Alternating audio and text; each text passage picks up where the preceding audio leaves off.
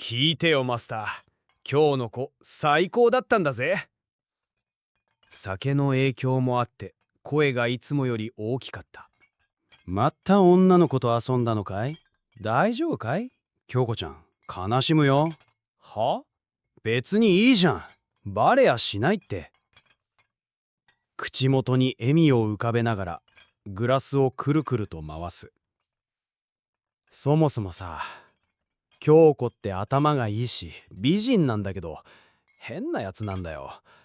科学の話ばっかしてくるしさ、実験の話なんて興味ないんだよな。でもあいつ体はめちゃくちゃいいんだよ。思い出すとついにやついてしまう。マスターは黙ってグラスを拭きながら俺を見ていた。とはいえもう無理だわ。マジで疲れた。でもさ、今日の子は違ったんだよ。顔も性格も最高でさ、聞き上手だしずっと笑ってくれてた。いい気分で話していたが、ふと思い出してテンションが下がる。ちょっと気になることがあった。何かあったのかい？ずっと誰かに見られてる感じがしたんだよ。なんか寒気がしてさ、あれ何だったんだろうな。笑い飛ばそうとしていたけど、口元が引きついていたのは自分でも分かってた。でも多分気のせいだな。疲れてるだけだよ。そう言いながらグラスの中の氷を見つめた。カランと音を立てて沈んだ。その夜、帰宅してすぐシャワーを浴びて冷蔵庫からビールを出す。とソファーに沈んだ瞬間、玄関のインターホンが鳴った。マジかよ。誰だよこんな時間に。ドアを少し開けて隙間から確認すると、女がそこに立っていた。京子だ。動かない、瞬きもせず、ただドアの前にいる。マジかよ。ドアの隙間から京子が喋りかけてくる。ごめんね、せいやくん。ちょっとだけお話がしたくて。ドアの隙間から見える京子は笑っているようで、どこか壊れているようにも見えた。いや、今日はちょっと無理。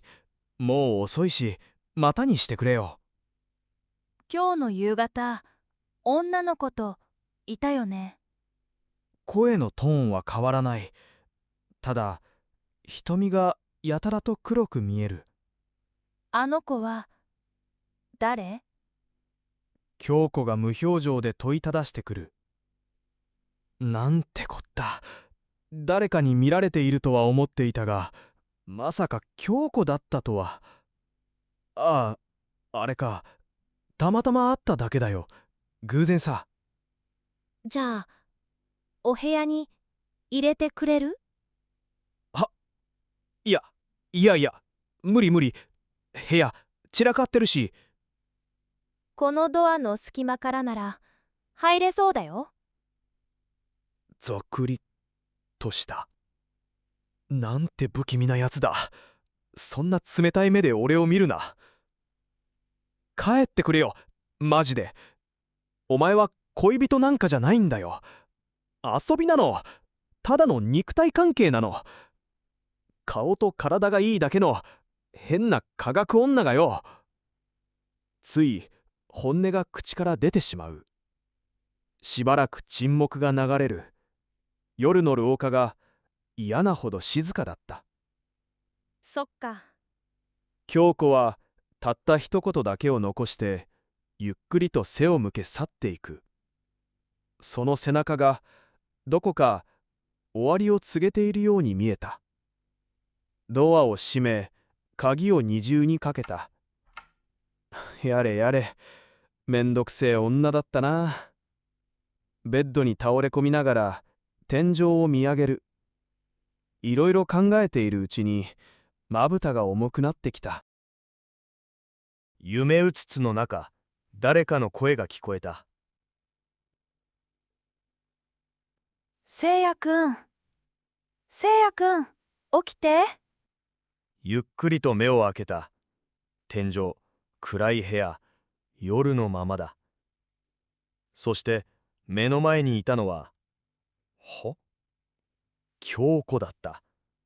ベッドで寝ている俺を真上から見下ろしていた。やっと起きたね。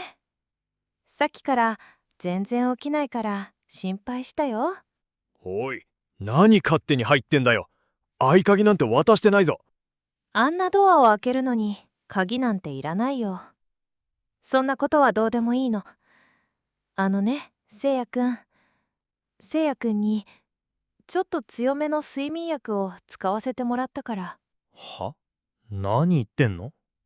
だってこうでもしないとちゃんと話せないでしょ。せいやくん浮気したよね。私が知らない女と手つないでた。駅前の通りで。私はずっと観察してたから。おい、京子、落ち着けよ。話せばわかるって。な。うん、話してるよ。今こうして。私はただせいやくんがもう浮気できないようにしたかったの。それに最近研究で使える素材が手に入ったの。だから今回君で試してみたの。は？何言って。ふと手に違和感を覚えた。動かそうとするたびにカクンカクンと金属の音が鳴る。おい、なんだこれ。布団をめくった。そこにあったのはツルツルした金属の手。足もだ。硬くて細い。見たことのある形だった。どこかのアニメで見たロボットのような体。はあ？なんだこれ。俺の体じゃ。なんかのトリックか、京子。おい、元に戻せよ。無理だよ。だってもうそういう体になってるから。でも安心して。ちゃんと動くでしょ。あとは私がずっと面倒見るから。もう誰にも触れられないし、もちろん性行為もできない。恥ずかしいからどこにも行けないね。ふざけんな。ちくしょう。ふざけんな。冗談じゃねえんだよ。濁った怒鳴り声が響いた。自分の声が金属の体に染み渡る。なんだんだ。これは嘘だろう。悪い夢なんだろう。ちくしょうちくしょう。狂いそうだった。俺は鏡の前に立った。そこに映っているのはまるでアニメのようなへんてこなロボットだった。何なんだよこれ。ねえ、かわいいでしょ。京子が後ろから俺の肩に手を乗せてくる。最初はもう少しメガっぽかったんだけどね。どうせなら可愛くした方が愛着も湧くかなって。ふざけんな。どうやってこんなこと。人間の体って不思議だよね。解剖するのは思ったより簡単だったよ。ずっと練習していたからね。こいつ本当にやりやがったんだ。いかれよんなめ。もう大丈夫。せいやくんはもうどこにも行かない。いや、行くことができない。誰とも遊ばない。私だけを見てくれる。いや、見るしかない。俺の人生返せよ。返せないよ。だってもう体は処分しちゃったから。処分だと。やめてくれよ。何なんだよこれ。大丈夫なよ。私がいるから食事も排泄もお世話してあげる。まあ食事は意味ないけどね。体は機械だし。でも食事を楽しむことはできるよ。食べたものはここのボタンを押して蓋を開いて後から回収する感じ。狂ってる。この女は本当に狂ってる。苦しむのも悔しがるのも全部見たいから。言葉が出なかった。逃げることも怒鳴ることもできなかった。俺はただ鏡の中でゆっくりと笑う京子の顔を見ていた。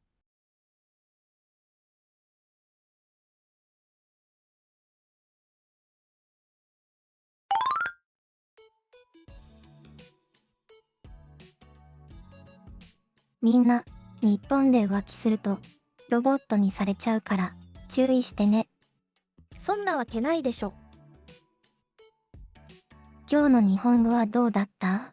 それじゃ、みんな、バイバイ。